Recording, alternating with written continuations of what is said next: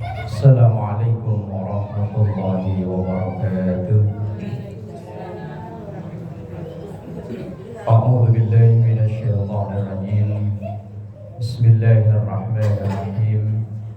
Alhamdulillahi rabbil alamin. Wassalatu wassalamu ala sayyidina wa maulana Muhammadin wa ala alihi wa ashabihi ajma'in. Amma ba'du.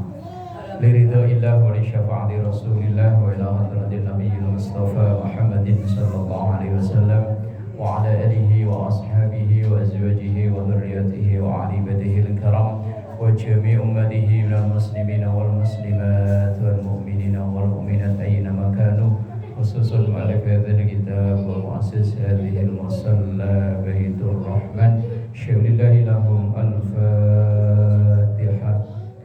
أعوذ بالله من الشيطان الرجيم بسم الله الرحمن الرحيم الحمد لله رب العالمين الرحمن الرحيم مالك يوم الدين إياك نعبد وإياك نستعين اهدنا الصراط المستقيم صراط الذين أنعمت عليهم غير المغضوب عليهم ولا الضالين آمين. Bismillahirrahmanirrahim. Lubabul hadis halaman 41. Hadis yang paling bawah 41. Hadis yang paling bawah. Udah? Bismillahirrahmanirrahim. Wa qala sallallahu alaihi wasallam, dan bersabdalah Rasulullah sallallahu alaihi wasallam, man siapapun taroka meninggalkan al-jum'ata, salat Jumat. Ini tentu khusus bagi laki-laki. Lah ibu-ibu perempuan kok mempelajari? Ya kan suaminya, anaknya, mantunya, cucunya laki-laki. Buat memperingatkan. Man tarokal jum'ata, siapapun yang meninggalkan sholat Jumat min ghairi udhrin, tanpa ada alasan, tanpa ada uzur. Uzur itu bahasa Arab yang sudah menjadi bahasa Indonesia. Uzurnya semisal sakit atau jagain orang sakit. Sakit sih enggak, cuman punya ibu sakit di rumah sakit, enggak ada yang jagain. Sakit di rumah tapi enggak ada yang jagain. Atau kerja yang tidak bisa ditinggalkan, security. Terus kerjaan-kerjaan, saya pernah ditanya itu operator mesin. Operator mesin itu katanya kalau dimatiin hidupinnya itu butuh biaya besar, katanya mesin itu nggak boleh mati.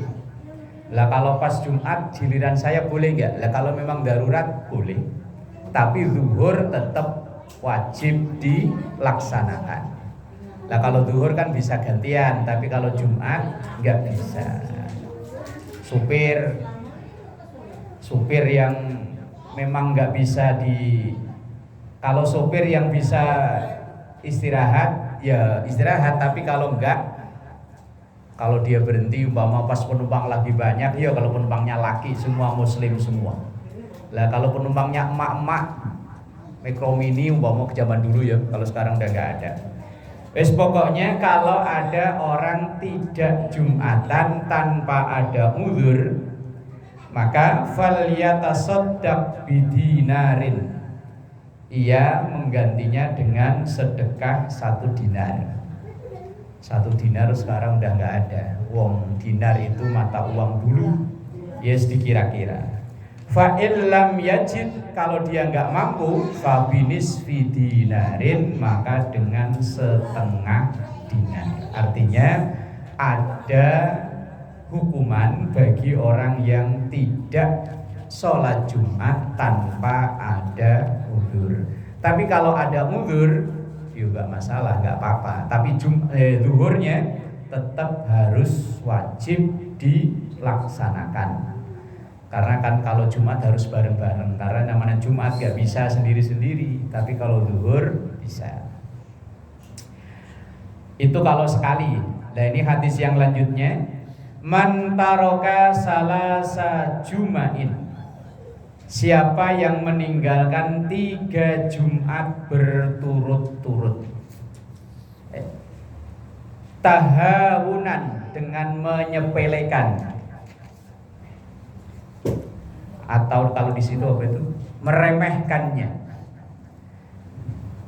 Orang yang tidak ada uzur apa-apa, nggak ada alasan apa-apa, 3 Jumat berturut-turut kok nggak sholat, toba Allahu, maka Allah menutup ala qalbihi, hatinya, alias ada tanda kemunafikan bagi laki-laki dewasa yang nggak ada uzur apa-apa, dia tidak melaksanakan sholat Jumat. Bahkan saya pernah nanya ke security, itu kalau jaga siang gimana Pak? Ya A plus Pak, kalau udah 2 kali saya nggak Jumatan, ya biar nggak kena hukum itu, ya tuker sama temen, tuker A plus jaga. Nah itu memang untuk mensiasati agar jangan sampai 3 Jumat berturut-turut tidak melaksanakan sholat Jumat. Padahal kalau dia ada alasan, seperti misal tadi itu security atau kerjaan yang nggak bisa ditinggal, maka yo termasuk udzur itu tadi. Kemudian man taroka salasa Jum'atin, dan ia meninggalkan 3 kali sholat Jumat, min ghairi uzrin, tanpa adanya udzur, kutiba, maka dicatat minal munafiqin, termasuk golongan orang-orang munafik. Kan bahaya ini. Tanda munafik itu banyak banget. Kalau yang terkenal kan ayatul munafiki salasun, tapi enggak cuma itu. Ketika orang yang sudah terasa berat melaksanakan sholat isya dan subuh, itu ada tanda-tanda, titik-titik atau benih-benih kemunafikan dalam diri orang tersebut. Umpama kadang sholat isya termasuk berat. Umpama ada acara habis maghrib, kelar-kelar jam 8. Begitu kelar pulang nyampe rumah kok nggak langsung sholat, malah ganti baju, rebahan, nyalain AC, nyalain TV, nyalain HP, alamat itu sholat isyanya nanti usolli fardhu isya'i wa subhi, rapel, bahaya, berat itu. Sholat isya kalau nggak langsung kadang berat. Lah subuh umum, kalau subuh mah umum. Iya kalau subuh mah umum udah.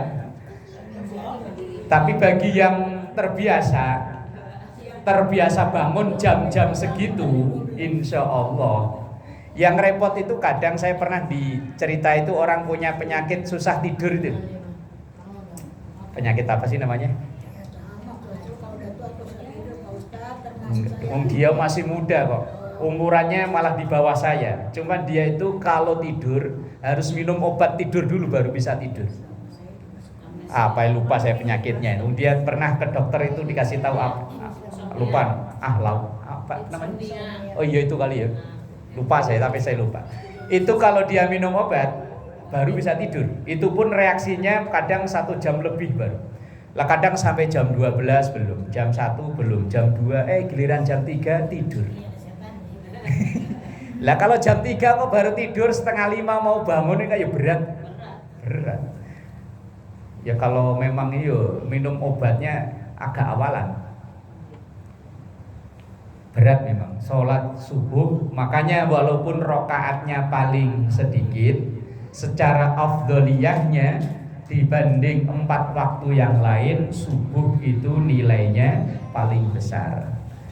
Lah orang yang tidak melaksanakan sholat Jumat 3 kali berturut-turut tanpa ada alasan yang dibenarkan, maka ia termasuk dicatat dalam golongan orang-orang munafik. Lah kalau itu terus sampai ia wafat belum taubat kan bahaya. Wong munafik itu lebih berbahaya. Innal munafiqina fit darkil asfali minan nar. Munafik itu tempatnya fit darkil asfal. Aspal udah menjadi bahasa Indonesia ya. Aspal itu paling bawah di neraka. Kecuali kalau memang pernah saya lihat curhatan di media sosial.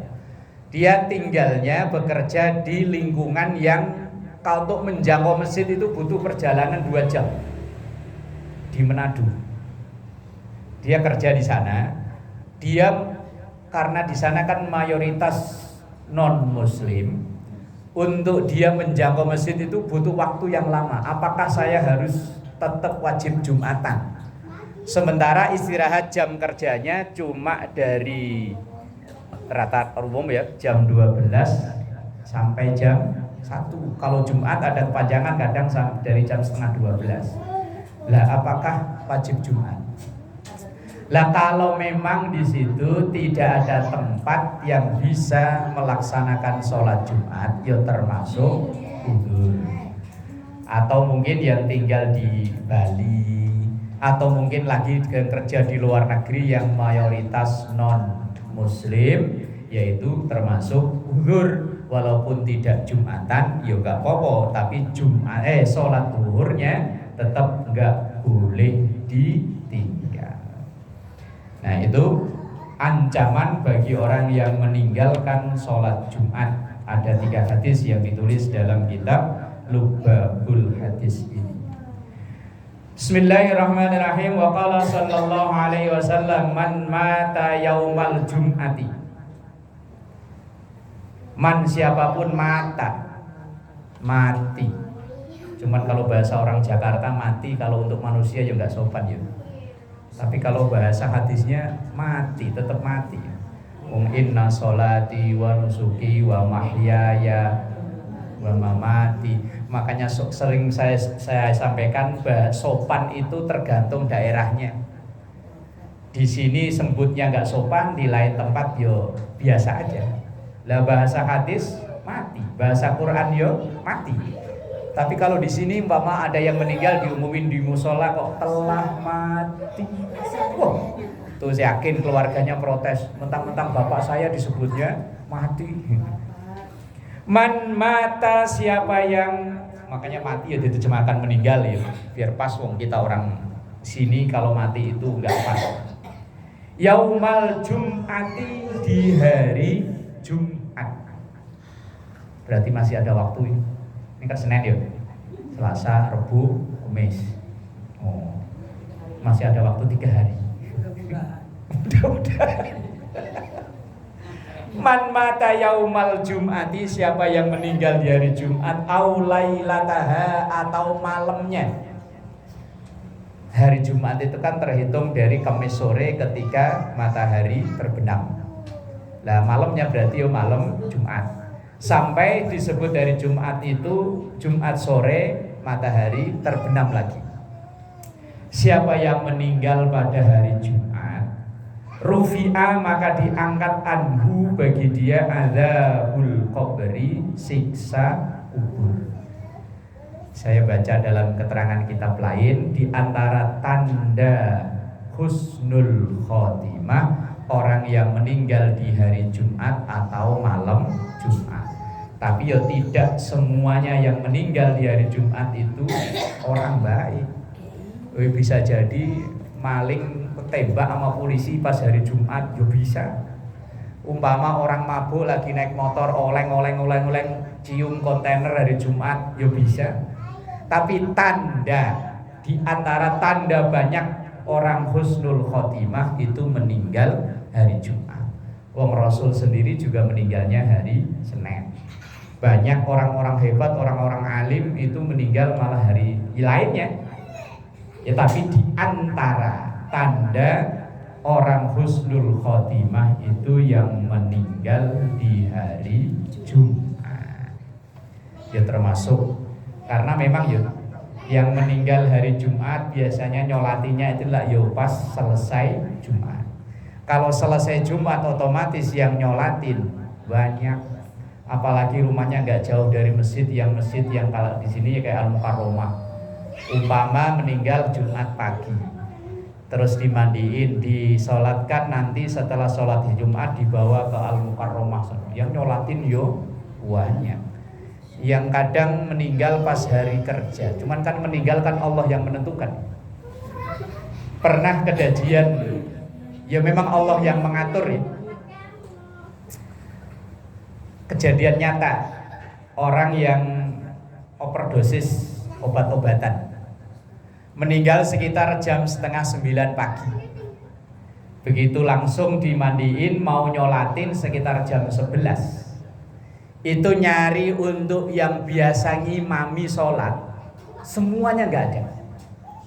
Kejadiannya di jalan Semok. Biasanya di situ imam rawatibnya Pak Ustadz Karim namanya.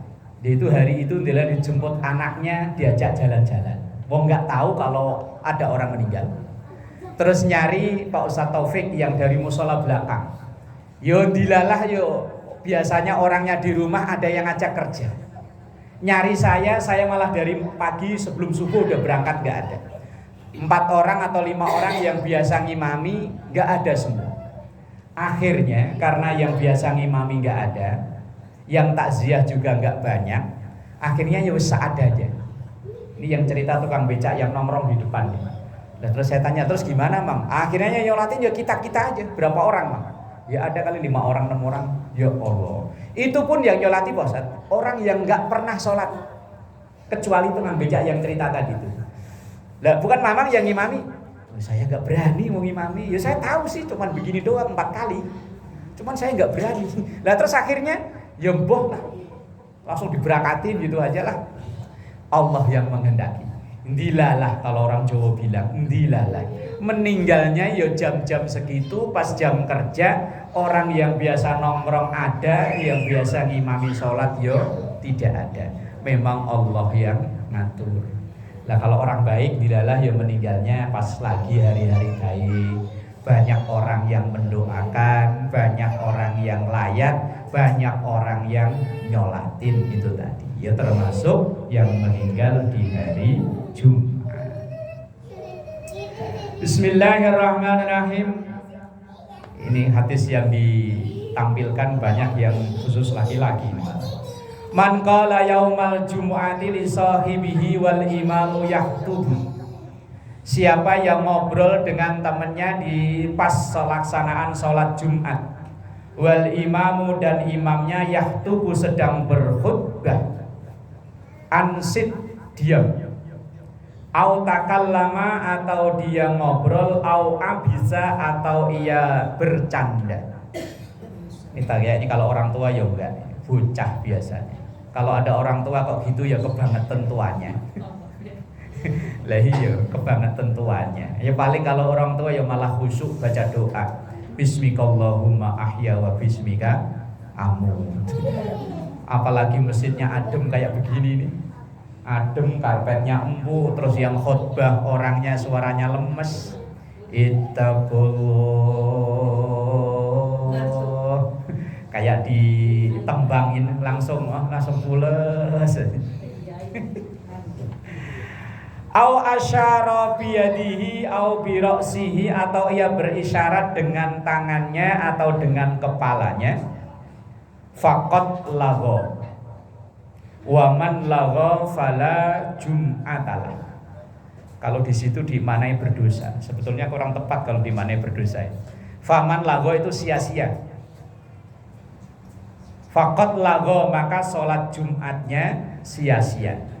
Waman lago maka siapa yang sholat Jumatnya sia-sia, fala jum'atalah maka tidak sah Jumatannya, tidak sempurna sholat Jumatnya. Ini kalau yang sering bercanda ya bocah, yang saya perhatiin itu bocah. Kalau orang tua, ya tadi kalau nggak ngantuk, itu dulu sekitar 5 tahun apa 6 tahun yang lalu pada begini, ngasah batu dulu. Waktu zamannya batu akik itu sambil sholat Jumat itu pada begini aja.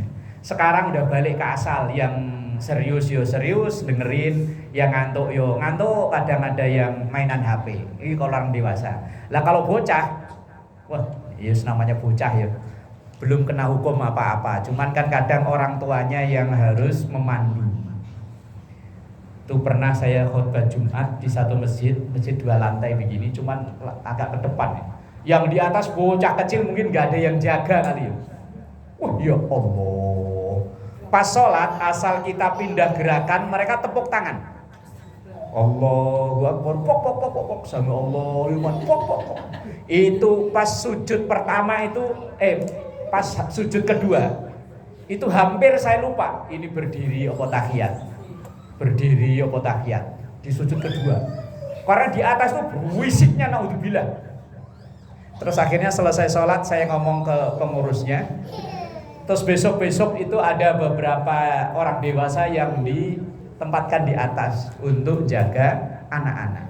Kalau dilarang nanti khawatirnya sampai dewasa dia nggak mau ke masjid lagi. Kalau dibiarkan yo serunya kayak begitu. Wis. Dan memang cerdasnya bocah sekarang. Giliran salam sepi udah. Pokoknya asal udah tahiyat akhir itu mungkin udah melipir atu. Asal udah assalamualaikum warahmatullah, udah tenang nggak ada. Takut tahu kalau mau diomelin. Cerdas, anak-anak cerdas ya. Dan di tempat saya sana, kalau maghrib ya Allah, bocah segini sini banyak banget. Ya karena memang ramainya masjid musola itu kan ya maghrib gitu. Diomelin, takut membekas di memorinya. Apalagi kadang ngomelinya, udah pulang sono nggak usah ke masjid. Ya Allah, terlalu kasar. Khawatirnya membekas di memori, nggak mau ke masjid. Ya wes, akhirnya ya wes ben mereka malah yang belum punya dosa ya. Siapa tahu kita sholatnya walaupun pikiran kemana-mana tapi gugur dosanya gara-gara bocah-bocah. Makanya kadang kok bocah nggak diomelin, biarin. Kita mungkin dulu lebih sadis dari itu. Lebih sadis dari itu ya. Bismillahirrahmanirrahim. Wa qala sallallahu alaihi wasallam ghuslu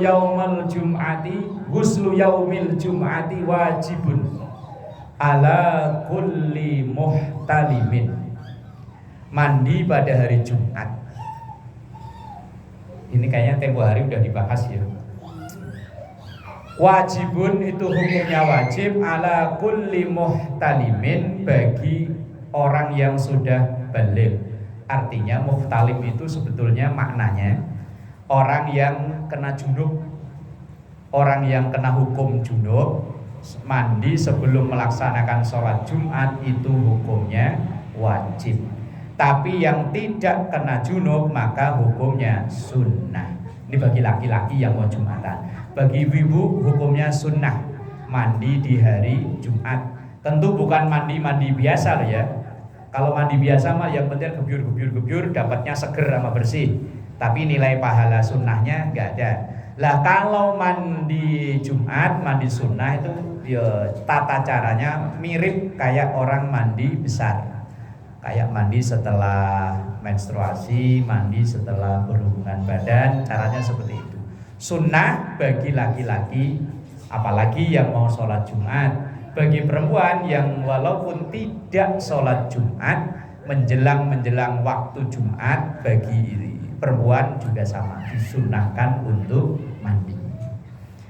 Apalagi yang muhtalimin itu kena hukum junub.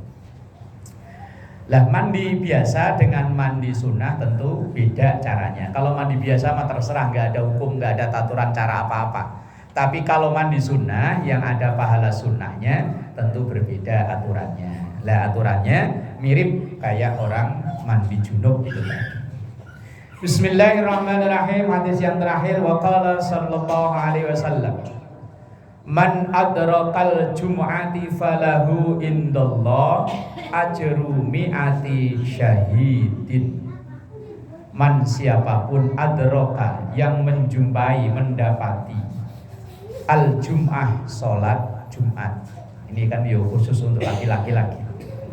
Falahu indallah, maka bagi orang tersebut di sisi Allah ajru mi'ati syahidin, pahalanya seperti 100 orang mati syahid.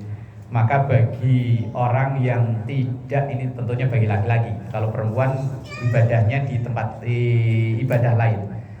Bagi laki-laki yang secara ekonomi dia tidak mampu untuk melaksanakan haji, maka hajinya bagi orang fakir, orang miskin itu ya sholat Jumat. Makanya kadang disebut al-Jum'atu hijjul fuqara wal masakin. Jumat itu hajinya orang fakir dan miskin. Walaupun di dunia tidak bisa melaksanakan haji dan umroh karena memang tidak mampu, maka di akhirat pahalanya bisa diraih dengan sholat Jumat bagi yang tidak mampu. Kalau yang mampu ya lain urusannya. Nah kalau perempuan tentu amalannya lain. Yang semisal dengan Jumat, ya tentu seorang istri yang di rumah yang bisa dilakukan baca surah Al-Kahfi walaupun tidak Jumatan. Kemudian kalau Al-Kahfi selesai memperbanyak sholawat. Memperbanyak sholawat udah, memperbanyak doa yang semampu dan sebisanya. Ini bagi ibu yang tidak melaksanakan sholat Jumat. Kalau baca Yasin, monggo terserah. Cuman yang hadis tekstualnya ada, baca surah Al-Kahfi, kemudian baca sholawat sebanyak-banyaknya, karena hadis Rasulullah SAW, orang yang membaca sholawat paling banyak, mereka itulah nanti yang posisinya tempatnya terdekat dengan Rasulullah Sallallahu Alaihi Wasallam. Ya cukup Sallallahu ala Muhammad, Sallallahu ala Muhammad, atau mungkin Allahumma sholli ala Sayyidina Muhammad, terserah salawat. Ya kemudian membaca doa sebisa-bisanya. Suaminya berangkat kerja, berangkat Jumat, ibu di rumah yang berdoa. Anaknya berangkat sekolah, berangkat kuliah, berangkat pesantren, ibu yang berdoa di rumah. Apalagi di hari Jumat. Wallahu a'lam bishawab.